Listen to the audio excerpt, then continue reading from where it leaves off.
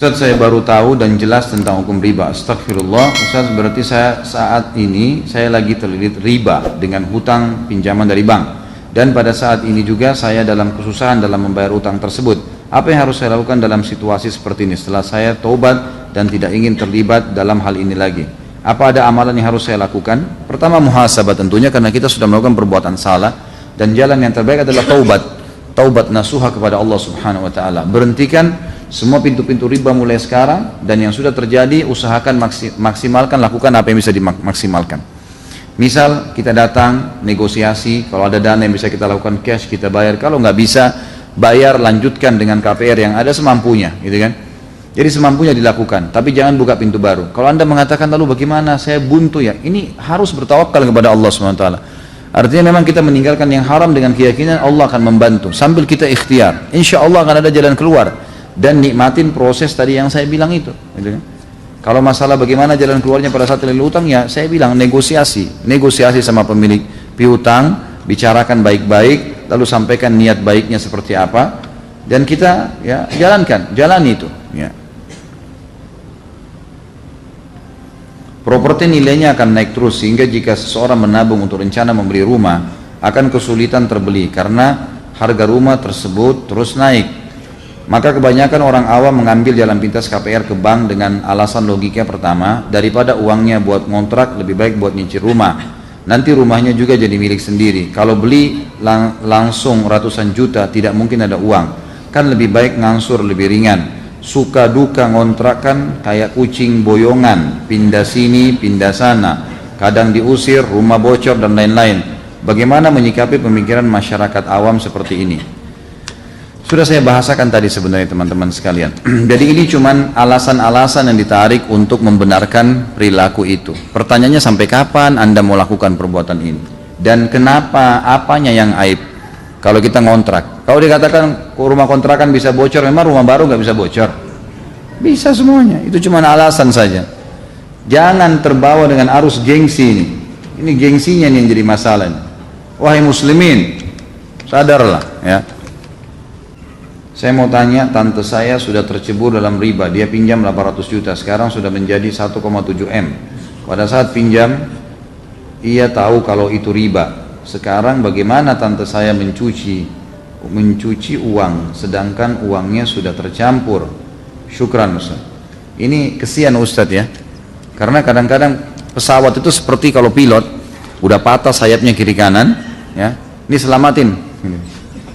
Sama pernah saya kasih contoh itu, ada ibu-ibu 5 hari lagi mau Ramadan, tanya, Ustaz saya punya utang Ramadan 2 minggu belum saya bayar, bagaimana hukumnya? Jadi saya lempar tanya, ibu 11 bulan kemana? Hah? Masa sekarang sudah kepepet tinggal 5 hari Ramadan baru tanya 2 minggu utang saya? Jadi seperti Ustaz yang harus nanggung tuh. Ini tante Anda yang bertanya sudah tahu riba, kenapa dilakukan? Ya sudah tahu riba dilakukan, jadi akhirnya konsekuensinya datang, gitu kan? Sampai 1,7 M, bagaimana dia harus melakukannya? Dia harus bertaubat kepada Allah, kemudian dia berhenti sampai di situ, dia berusaha menyelesaikan apa yang ada. Itu jawaban ringkasnya, karena tidak ada jawaban yang lain, gitu kan?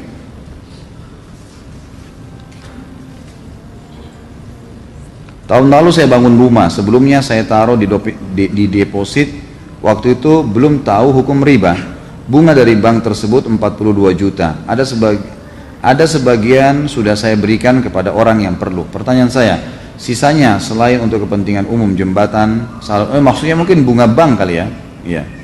Apakah boleh saya berikan kepada orang yang terlilit utang, orang sakit mau operasi, non muslim yang sedang kesusahan?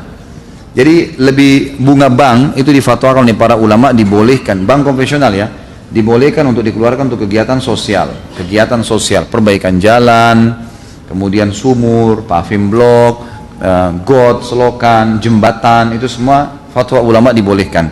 Karena dikhawatirkan, ini sebab pertanyaannya muncul, karena banyaknya pengusaha muslim dari Timur Tengah yang punya rekening di bank-bank konvensional di Amerika, dan bunganya sangat besar, mereka tidak pernah sentuh. Akhirnya diambil oleh orang Yahudi, orang-orang Nasrani, lalu mereka lakukan untuk kegiatan agama mereka. Yang Yahudi pakai untuk beli senjata bunuh orang-orang muslim di Palestina, yang Nasrani buat bangun gereja. Akhirnya ditanya, bagaimana hukumnya nih? Akhirnya keluarlah fatwa ulama, jumhur ulama mengatakan boleh ditarik, tapi itu menjadi hukum uang ya, tidak ada pemiliknya. dianggap sudah tidak ada lagi pemiliknya, diambil, dikeluarkan, haknya Allah. Dan itu karena dasarnya dari hal yang haram, maka harus dilarikan kepada hal-hal yang sosial saja. Kalau tadi ditanyakan bolehkah saya kasih orang terlilit utang, ini ada sedikit dari pendapat ulama, tapi yang lebih kuat, lebih baik kepada kegiatan sosial. Non muslim pun yang dalam kerusakan ini lebih baik tidak usah dikasih dari situ, tuh dikasihkan kegiatan sosial aja, ya, kegiatan sosial, buat WC umum, jembatan, ya, perairan dan seterusnya. Apa hukum jual beli valuta asing seperti dolar? Karena ada yang berpendapat bahwa perbedaan selisih ketika kita membeli dan menjual dolar tersebut dianggap sesuatu yang syubhat. Enggak, boleh saja, karena memang kan nilainya berbeda. Uang itu sama, ya, uang itu kalau berbeda nilai memang ada kursnya, itu tidak ada masalah. Tidak ada masalah, karena itu nilai sama dengan gandum ditukar sama, misalnya ada beras ketan sama beras biasa, gitu kan? Dua-dua sama jenisnya beras, tapi harganya memang beda, karena memang ini lebih mahal, mungkin lebih susah. Seperti itulah.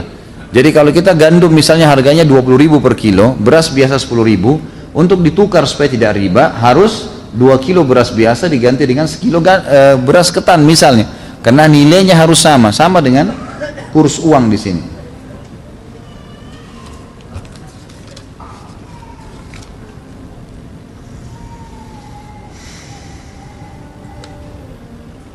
Ya ini sama tadi ya.